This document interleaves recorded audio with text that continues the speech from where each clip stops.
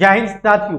सरकार के ऐसे ऐसे नियम आते हैं जिससे कि छात्रों के जीवन पर ही पड़ जाता है। आपको बता दें, बिहार में शिक्षक बहाली की गई, बीपीएससी से 3 चरणों की शिक्षक बहाली की गई और उसके बाद आप लोग देखा होगा कि लगातार फर्जी शिक्षक जो है लगातार आपको मिलते जा रहे थे। सभी क्लासों में अलग अलग जिलों से रिपोर्ट आ रहा था जिसमें कि बहुत सारे फर्जी शिक्षक बहाल हो चुके थे, किन्हीं का डॉक्यूमेंट गलती था, कोई एलिजिबल नहीं थे और बहुत सारे कारणों से बाहर भी हुए। लेकिन अब भी जो लोग काम कर रहे हैं उसमें से भी अभी बहुत सारे ऐसे शिक्षक हैं जिनका कागजात फर्जी है। अब पटना में एक लेटर जारी होता है पटना जिले में कि एक सप्ताह के अंदर तैयारी 1, 2 और 3 बीपीएससी से 3 चरणों की शिक्षक बहाली की गई। उन 3 चरणों के शिक्षक को फिर से एक सप्ताह के अंदर सभी प्रमाण पत्रों को जमा करना है ताकि उस प्रमाण पत्र की चेक की जाए, जांच की जाए। अब यहाँ पर सवाल सबसे बड़ा उठता है यह है कि जो फर्जी शिक्षक बहाल हो चुके हैं, जिनके कारण सही शिक्षक छात्र जो है वो बाहर हो चुके हैं, यानी उनकी नौकरी नहीं लगी, वो कट ऑफ से बाहर हो गए, उसका जिम्मेवार कौन है? क्या इस नियम से छात्रों की जिंदगी के साथ खेला नहीं जा रहा है? आपको बता दें कि बहुत सारे जो लोग हैं फर्जी रूप से बहाल हो जाते हैं और सही छात्र को बाहर कर देते हैं, यानी कि कट ऑफ से बाहर कर देते हैं और वो छात्र लगातार परीक्षा दे रहे हैं लेकिन सफल नहीं हो पाते हैं और जो फर्जी कागज बना के कहीं ना कहीं सेट हो जा रहे हैं, कहीं पैसे के बदल कर रहे हैं, बहुत सारे जो है गैदरिंग हो रहा है।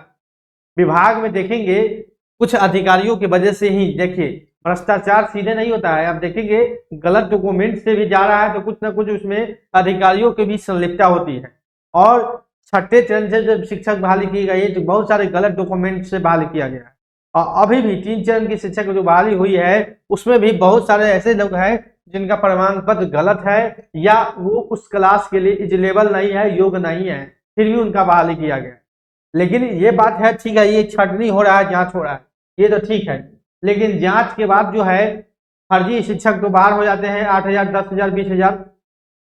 लेकिन वो 8,000, 10,000, 20,000 अगर चेक पहले किया जाता, ज्वाइनिंग से पहले किया जाता तो वो 10,000, 20,000 नए छात्रों को मौका मिलता। ये पॉइंट हम बोल रहे हैं। तो सरकार जो है नियुक्ति से पहले डॉक्यूमेंट की अच्छी जांच नहीं करती है। जब नौकरी दे देती है, ज्वाइनिंग दे देती है, उसके बाद जांच का याद आता है कि इसका डॉक्यूमेंट जांच करना तो बच ही गया। तो इस प्रकार के नियम से ये जो अच्छे छात्र हैं, जो योग्य छात्र हैं, जिन्होंने सालों मेहनत किया है, उन छात्रों के साथ कहीं ना कहीं बहुत बड़ा जो है अवहेलना होता है और छात्र बहुत दुखी होती हैं क्योंकि बहुत सारे मेहनत करने के बाद भी वो छात्र बाहर हो जाते हैं और जो फर्जी डॉक्यूमेंट लगा के नौकरी करते हैं, फिर साल 2 साल बाद सरकार चेक करवाती है और उसका नौकरी तो चला जाता है।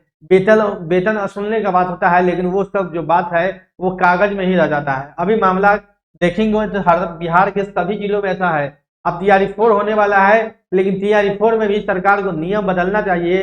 डॉक्यूमेंट वेरिफिकेशन का जो प्रोसेस है वो फास्ट ट्रैक से नियुक्ति देने से पूर्व में कराना चाहिए ताकि जो छात्र उसमें बहाल हो सके वो 100% श्योर, यानी कि ओरिजिनल, यानी कि सभी प्रकार से नीट एंड क्लीन जो छात्र हैं उनको नियुक्ति पत्र मिले ताकि जितनी सीट है, जितनी रिक्ति है, उस हिसाब से उनको नियुक्ति मिले और कोई भी फर्जी अभ्यर्थी नहीं घुसे।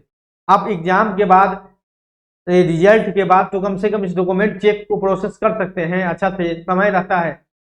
आप 30 दिन, 45 दिन, 60 दिनों में ही अच्छे से डॉक्यूमेंट प्रोसेस को चेक को करवाइए ताकि जो है फर्जी अभ्यर्थी बहाल ना हो और जो है ज्यादा से ज्यादा जो सही छात्र हैं उनको मौका मिले। ऐसा सरकार को करना चाहिए। हालांकि ऐसी मांग लगातार हो भी रही थी कि डॉक्यूमेंट वेरिफिकेशन के जो है बाद ही नियुक्ति पत्र दिया जाए। अब नियुक्ति पत्र दिया जाता है तब कहा जाता है कि डॉक्यूमेंट वेरिफिकेशन होगा, गलत पाए जाने पर नौकरी से बाहर कर दिया जाएगा। लेकिन नौकरी से बाहर करना ही मुद्दा नहीं है। नौकरी बाहर कर दिए, लेकिन जो नौकरी से बाहर हुआ क्या उसके स्थान पर जो पहले से योग्य था उसको बहाली होगा? नहीं होगा।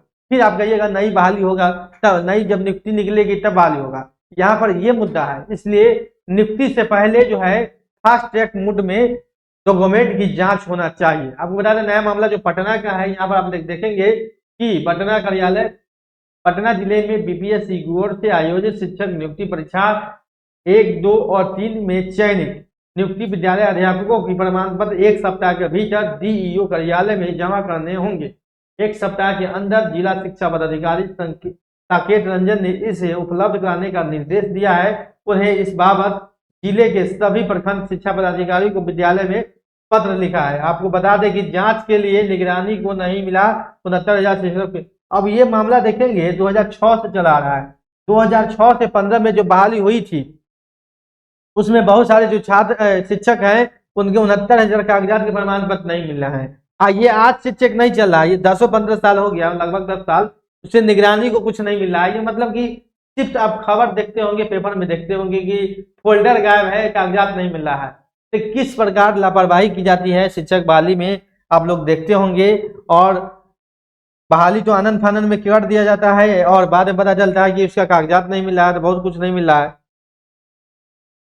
अब यहाँ देखेंगे पत्र लिखा, मालूम हो कि इन अध्यापकों की अर्हता की जांच की जानी है। इसके तहत अध्यापकों को सभी शैक्षणिक शिक्षक पत्र की उत्तीर्णता प्रमाण पत्र, जाति प्रमाण पत्र, निष्ठा प्रमाण पत्र, निवास प्रमाण पत्र, नियुक्ति प्रमाण पत्र, हस्ताक्षर किए गए प्रमाण पत्र मांगे गए हैं, आपको बता दें। उसके बाद आप लोग यहाँ देखेंगे एक सप्ताह के अंदर जो है उनको देने की बात हुई है, एक सप्ताह के अंदर। उसके बाद बता दें कि यह उपलब्ध कराया जाए, इनमें कोई भी कोताही नहीं, जिला शिक्षा विभाग को भेजने की रिपोर्ट। लेकिन जो मामला यहाँ देखें, 3 चरणों में लगभग 2.5 लाख शिक्षकों की बहाली हुई है। 3 चरणों में लगभग 2.5 लाख शिक्षकों की बहाली हुई है। इसमें बीपीएससी कोर्स शिक्षक परीक्षा टीआई 1, 2 और 3 मिलाकर 2.5 लाख शिक्षकों की बहाली हुई।